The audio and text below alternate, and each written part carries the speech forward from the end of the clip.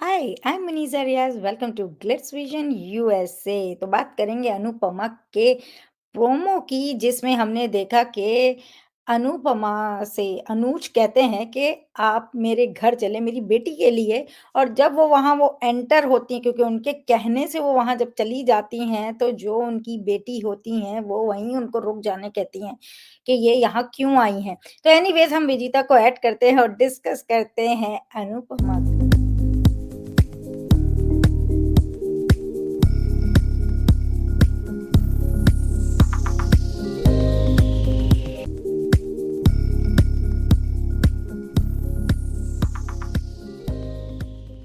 Hello. Hello. कैसे हो आप? मैं ठीक हूँ, आप कैसे हो? I am good. तो विजीता जी, ये जो अनुपमा फिर से उधर पहुंच गई हैं जहां उनको बेटी का वास्ता दिया गया, तो ये अनुपमा कैसी अनुपमा है जो वापस चली गई हैं और उनकी बेटी नहीं चाहती हैं कि वो वहां आए, तो आप इसके बारे में क्या कहोगी? When I saw the precap, जब मैंने प्रीकैप देखा, आई वाज लाइक, आप लोगों को 5 साल तक अनुपमा की कोई जरूरत नहीं थी, तो अभी कैसे जरूरत पड़ गई? This was my first question when I saw that precap.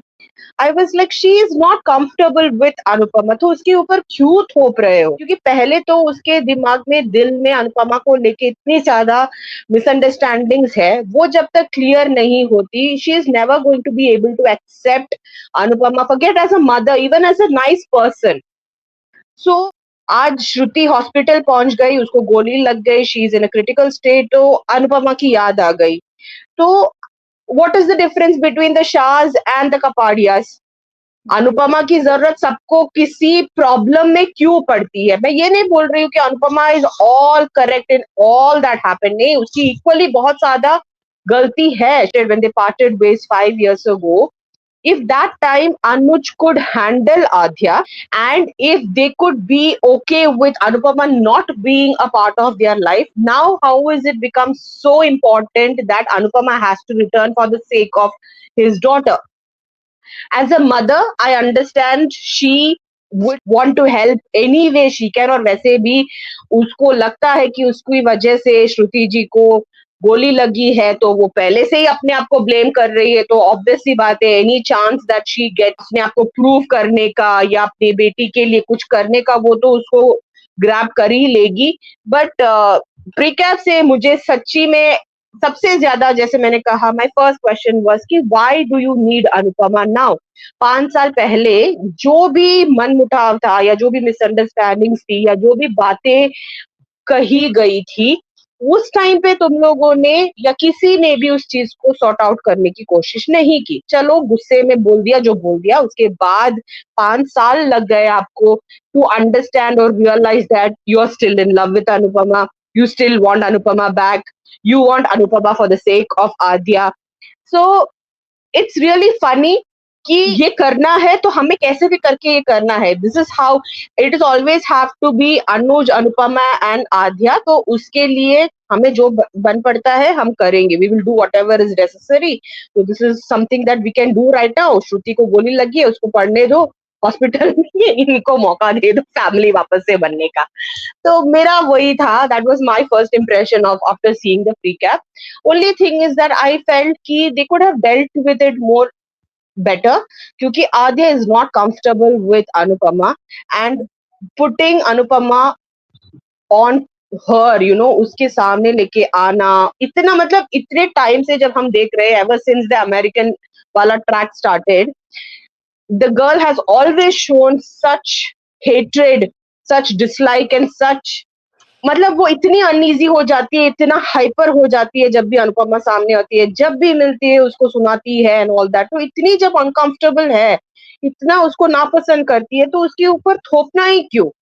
Hmm. At least ये फाइंड तो out whether she is comfortable with it ना।